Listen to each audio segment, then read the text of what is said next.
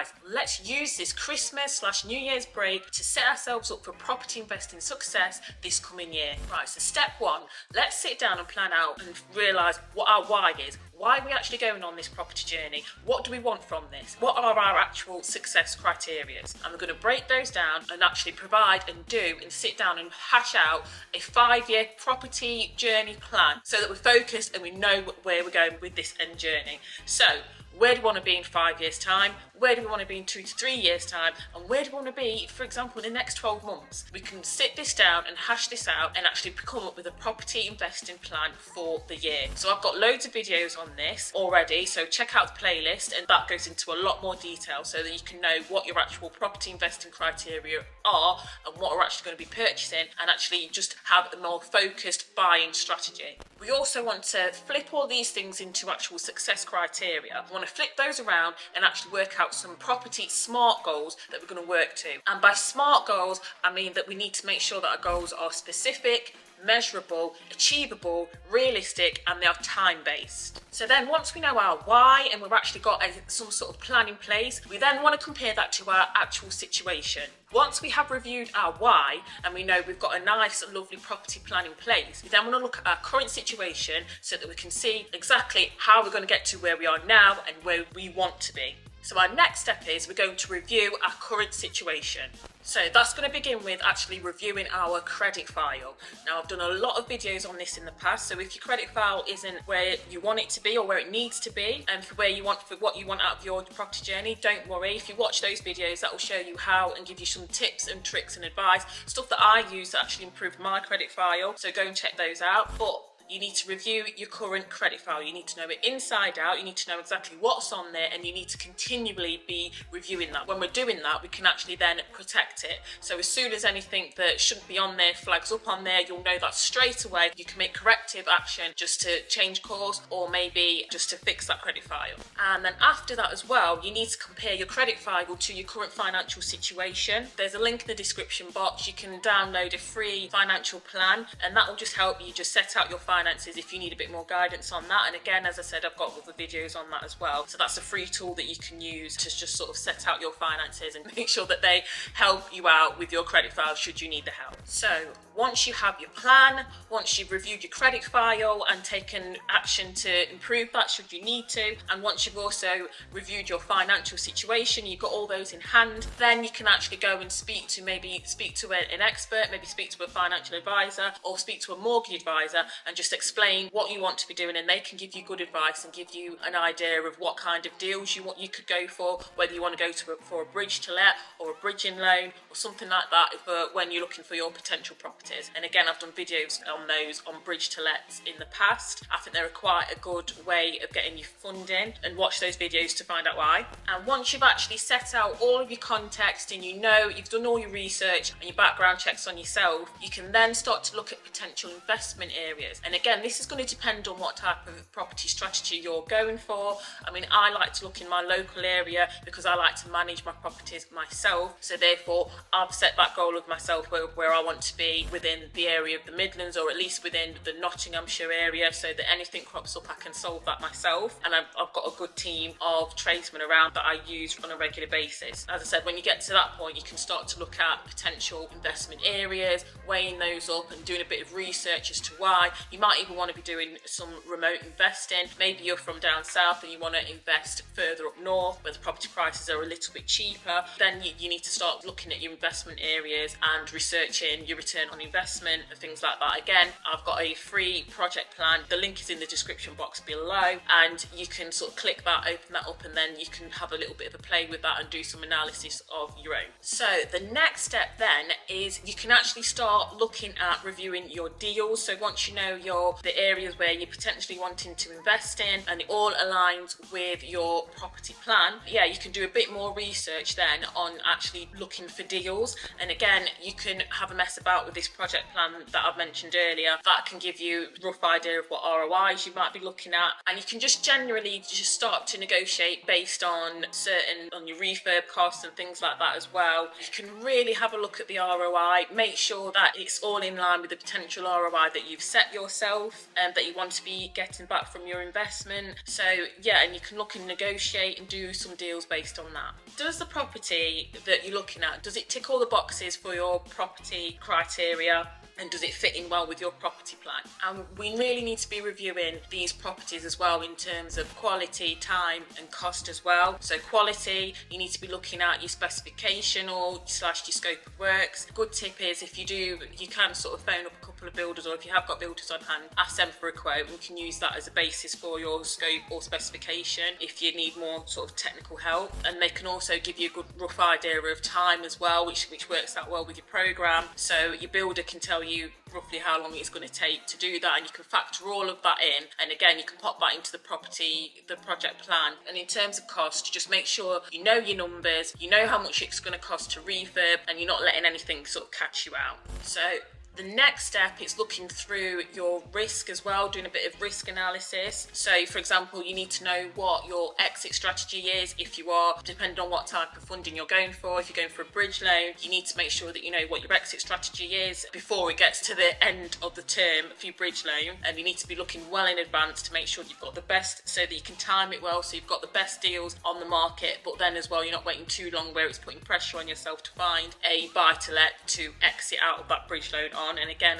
I've got more videos on this on my playlist. Versus your bridge to let. And the reason why I do really like having a bridge to let is because you know that exit strategy from day one. The bridge to let that I've gone through in the past is I've just gone through with one lender, so I've got the bridging loan part and then I'm getting the buy to let part. So it's a two-stage funding process and this one has been with one lender. But yeah, if you check out my other videos, that'll be on there. Make sure you have a nice lovely costed risk register as well as your contingency. So things that you think might go wrong, for example, roof, you might want to set a bit of money aside to do a new roof just in case. And if you don't need to put on a new roof, then happy days, you've got that money back. Again, that's all detailed on my project plan. And you need to know all of your fees and everything it's going to cost you for whatever strategy you're going for and whatever funding you're going for. Make sure all of your fees, your broker fees, solicitors fees, if you're buying in a company name, you've got things like your independent legal advice. There's a lot of hidden costs, so make sure you do your research and you due diligence on this so that you know what fees are all included as well. Throughout the refurb as well, make sure that you calculate fees for unexpected costs, things like always over egg your waste, because that's something that I didn't realise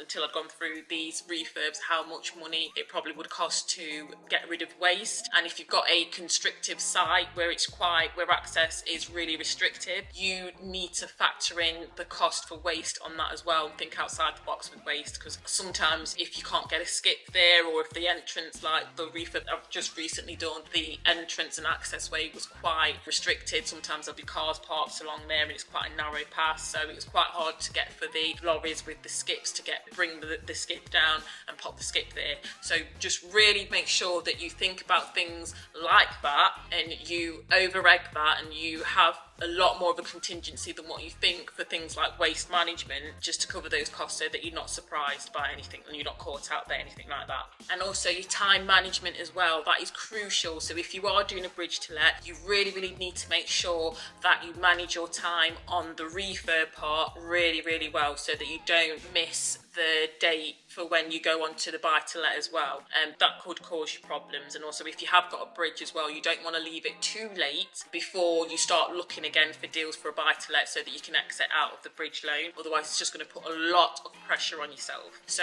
really make sure you put time and effort into actually planning out your program and your refurb, and allow for a lot more time than what you think, so that you're not put under pressure when you're actually going, either when you're on a bridge to let, if you're switching from the bridge part onto the buy to let part, or literally if you have just got a bridge, you've got enough time to have a look and test the market and get the best deal possible to exit from that bridge loan and then go on to a buy to let deal. Yeah, you've got to really find that balance between overestimating too much or underestimating, because then you'd want to make sure that the deal is still viable and it's worth your time to do, and you've not overestimated everything so much where it just makes the deal just unrealistic. But then you've also got to make sure that you have that fine line with your risk so that you've managed it effectively.